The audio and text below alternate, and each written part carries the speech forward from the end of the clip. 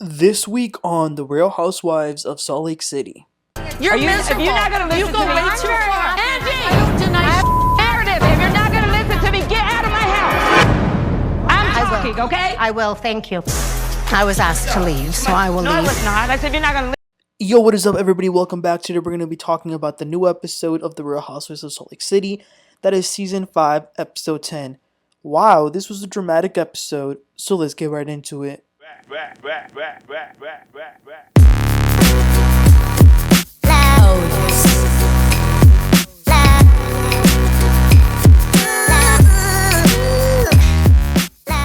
Okay, so they started this episode with one of these funny intro edits. It's about Mary, and there's like a narrator who's talking about Mary as she decorates for what seems to be a lunch event, and it's like a book, and then they call it Breakfast at Mary, so it's like a little play on Breakfast at Tiffany's. So that was a nice little teaser. We then start to see the actual scenes. They showed a little clip of Angie with her daughter Lisa, and Heather then go to a chemo sabe. Now that's the Hatch store that most of us probably know because of Beverly Hills when they went to Aspen. So Lisa and Heather are meeting there. There's a cool bar at the store. So Lisa tells Heather that she missed her at the trip and that Bronwyn gave them her perspective of what happened between Heather and Bronwyn. And Heather, I don't know what her beef is with Bronwyn, honestly. Just anytime anyone mentions Bronwyn, she gets so aggressive and defensive, and she's like, what did she tell you? And Lisa tells her. And Lisa also victimizes herself and says, oh, Bronwyn and Todd almost kicked me and John out. I guess that if I'm for you, then she thinks that I'm against her. And listen, the fact that that is what Lisa thinks, that's what she got out of it, tells me whether two things. Either she's not that smart or she's like being shady.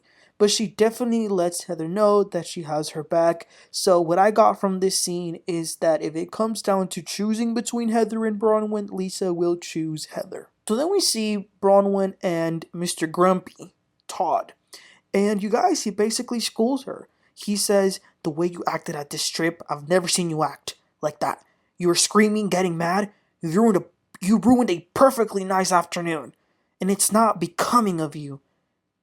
Damn. Listen, y'all, I didn't like this scene. He talks to her as if he is her dad and she's a 4-year-old.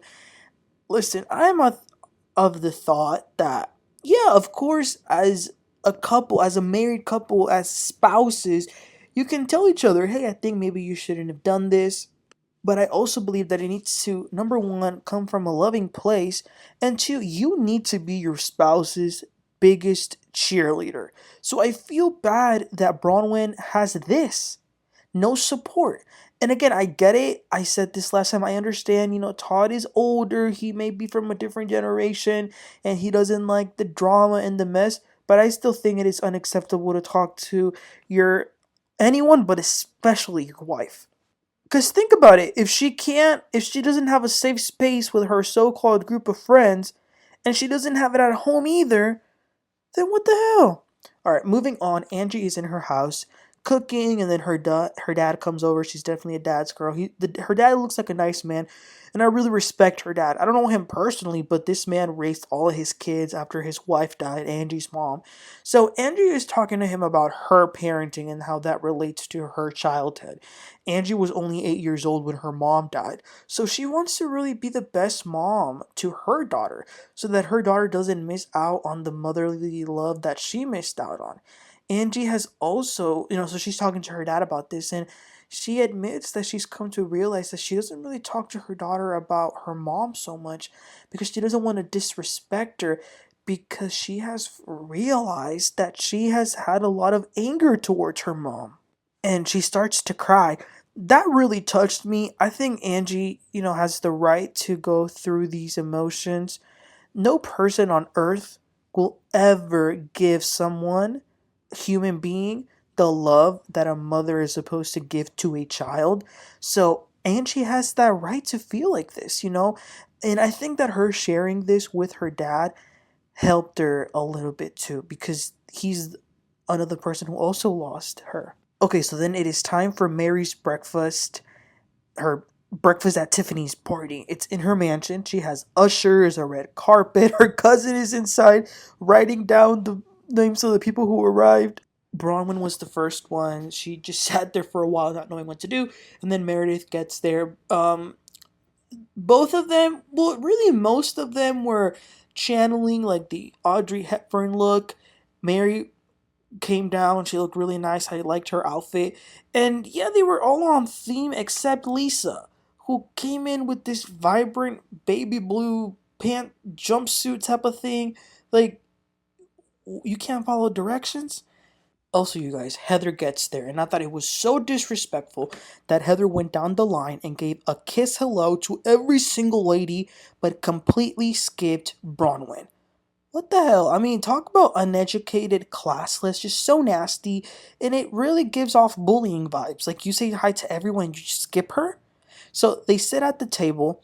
There are name cards. Mary did invite Brittany so that she can see that Mary's not poor, period. Angie, you gotta love Angie. She says that she loves the Versace plates and says that the great Abraham Lincoln had Greek plates. Angie's always gonna find a way to make things about Greece. Brittany gets there last. Her outfit was also not on theme at all. So Mary does a toast. Then here comes Heather and says, well, I'm so glad that everyone was included, which did not happen to the Palm Desert trip, so thank you, Mary, for actually including everyone. Ugh. Then here comes Brittany, too, throwing her little shade. Well, y'all look tanner. That must have been a good trip. Who went to the trip? And so she's mad that she wasn't invited, and then she starts going off on Angie, because remember Angie went to her little church meeting that she had at her house. Angie brought a bottle of wine, which Brittany is going off about because how dare she bring a bottle of wine to a church group that she had in her house. Angie then turns around and says, you're doing three guys drinking right now, and you want me to pretend like you're some good Mormon? Damn! Burn! Oh my gosh.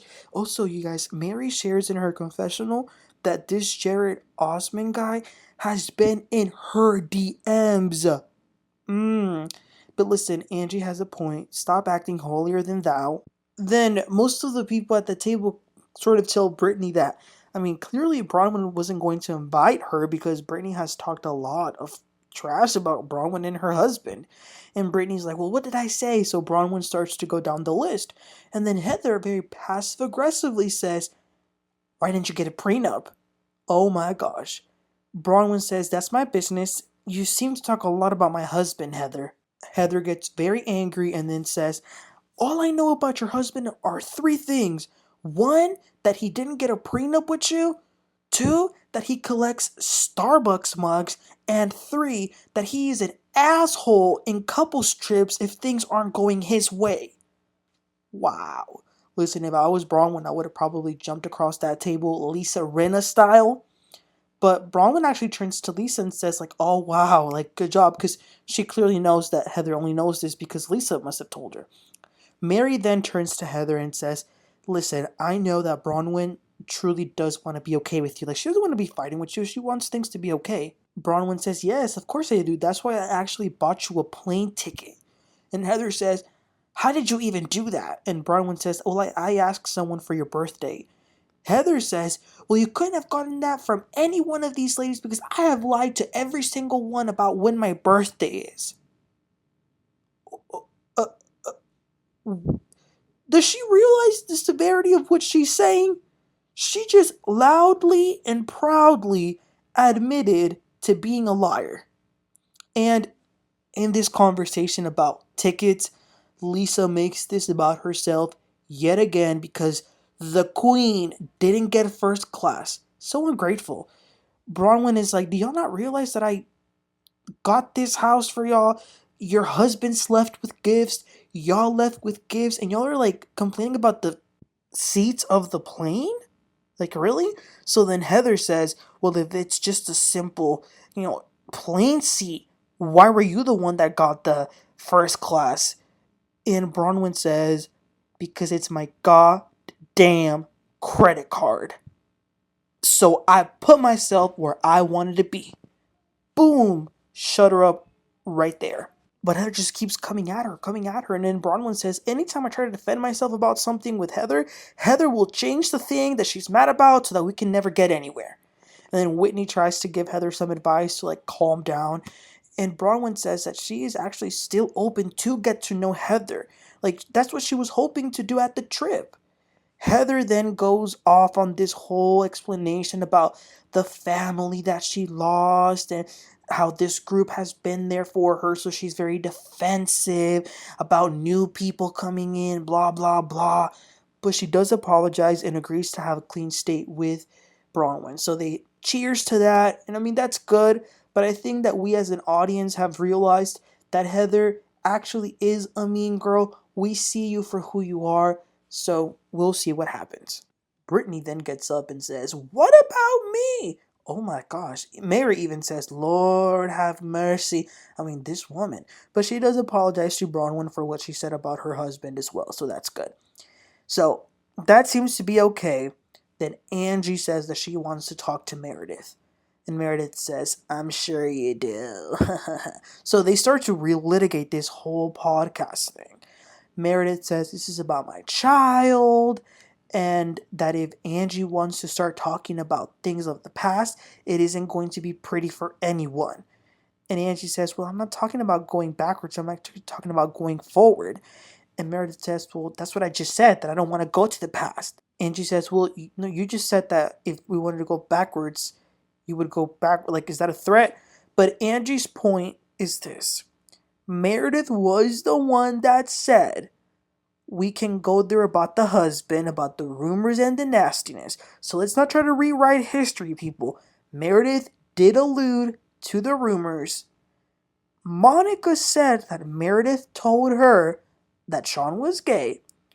Meredith sees the backlash on social media, so she pulls the LGBTQ community card. That's Angie and Sean's whole point. So they start to argue about this. Meredith pulls out her phone and starts to play the podcast.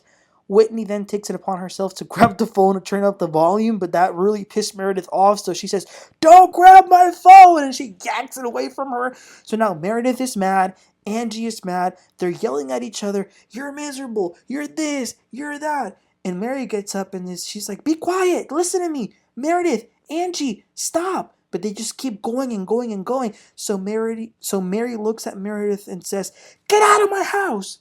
And Meredith says, okay. So she gets up, she starts to cry, and then leaves. But Mary's trying to stop her. She's like, no, I didn't mean it like that. I just wanted you to calm down. I don't actually want you to leave. But Meredith is mad and sad, and she's like, no, this group has yet again tried to come at me. And as she's walking away, she says, clearly you and Angie have had a field day talking about me. And Mary says, don't you dare talk about me and Angie. I actually loved that Mary says, thank God Meredith left and took them bangs with her. I mean, oh my gosh. And that was the end of the episode. Wow, so this was a crazy episode. Listen, you guys, I don't know. This season has really, I don't know if it opened my eyes. I don't know what to say. But I am done with the OGs when it comes to Lisa, Heather, and Meredith. I used to love all of them, but I see right through them. I don't like them anymore. They are behaving so weird this season. I don't know what it is, but this was a crazy episode. But what did y'all make of it? Tell me your thoughts and opinions about this whole thing. Please don't forget to like and subscribe, and I'll catch y'all next time. Y'all have a great one. Bye.